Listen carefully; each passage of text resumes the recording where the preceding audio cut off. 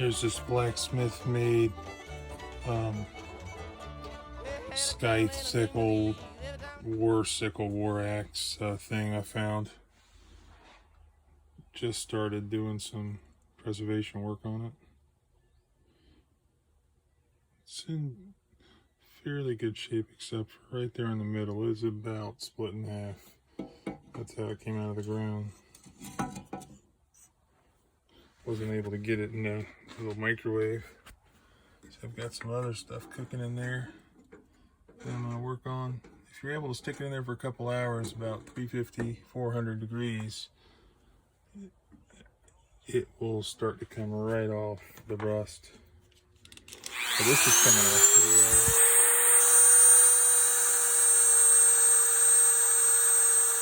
Just enough to keep the rust off, but not too much of the metal. It leaves the patina.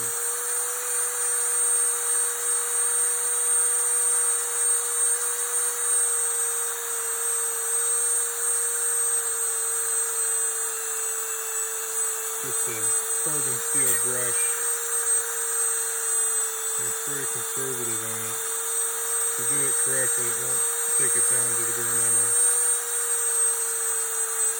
You just go through these little things. It's expensive.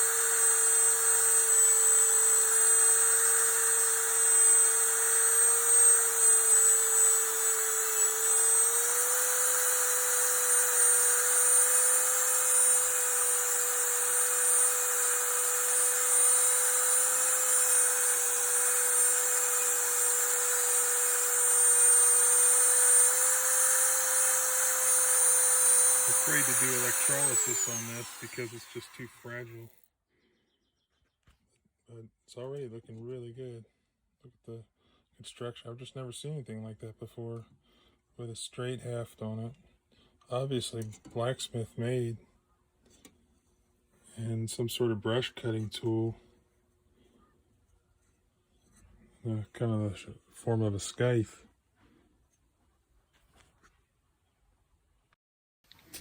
Alright, so I got a lot of the rust off of half of it. I'm just going to do half of it tonight.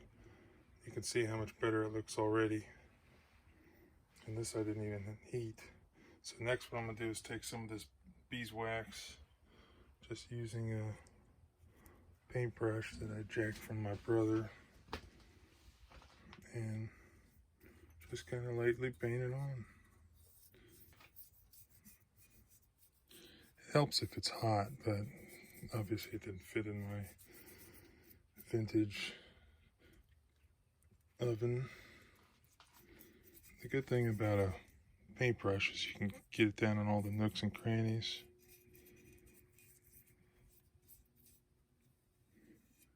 And this will just kind of seal it up and preserve it, mostly stop it from rusting. There's no stopping metal from rusting completely. It will do its thing, especially once it's out of the ground. It's exposed to oxygen, but it'll greatly help it. You can always add more. You can see how good that looks when it dries. It'll be nice and smooth.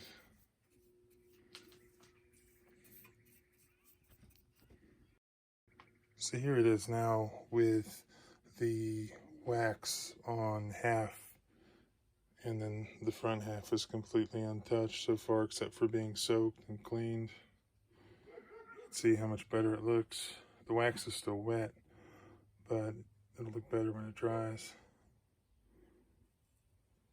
It looks pretty good.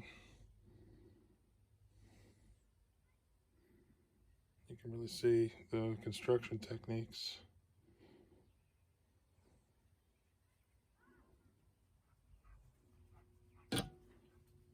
And this thing I'm using to sit it on, you might recall the big kettle, iron kettle that I found buried in the yard at the fort. And man, I've been working on that thing. It's like something out of a shipwreck. That stuff will not come off. I had it soaking in water for a week and it just won't budge. So I'm gonna have to do some research on this. Maybe I'm not doing anything really. But I also found the bottom to it. And some other pieces.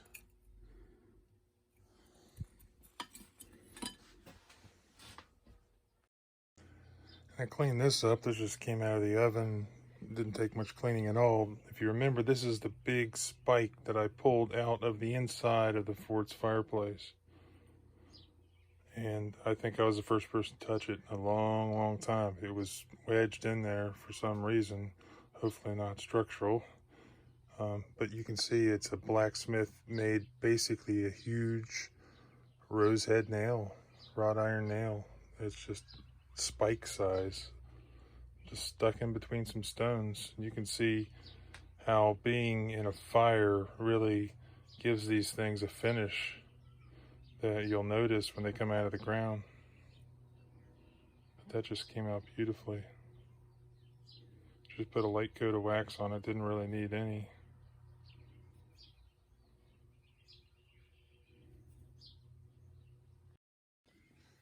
And here's some scissors that I cleaned up, pieces, some scissors, broken scissors from the yard at the fort. This was really, really corroded. It came out pretty well. Almost looks like it was like a candle snuffer or something. See how it widens out. I think I've found some other possible pieces to this one. I'll have to put them together when I get them all together. Another piece of scissors here.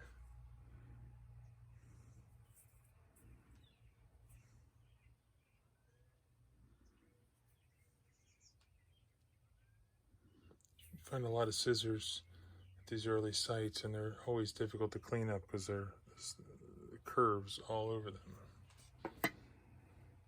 Fork, this cleaned up pretty well. You can see that's just how it came out of the ground. I didn't try to bend it back because it'd probably break off. An old, 18th century style two-time fork, possibly very early 19th century. And the full tang back here, you can see it was pinned, and it would have had probably wood or bone, most likely wood, scales on it.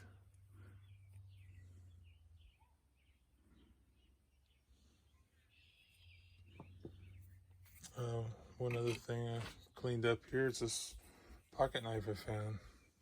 Daniel's ready. Okay, thanks. I haven't identified this one. I think it's what they call a Congress style folder, where it had blades coming out of each side, multiple ones. Maybe late 1800s, early 1900s. It could have been, close to the Civil War. I'm not sure when they first started using these synthetic scales, but they were making them like this through the 1920s, 1930s, probably not after 1940, I would guess. It's been in the ground a while.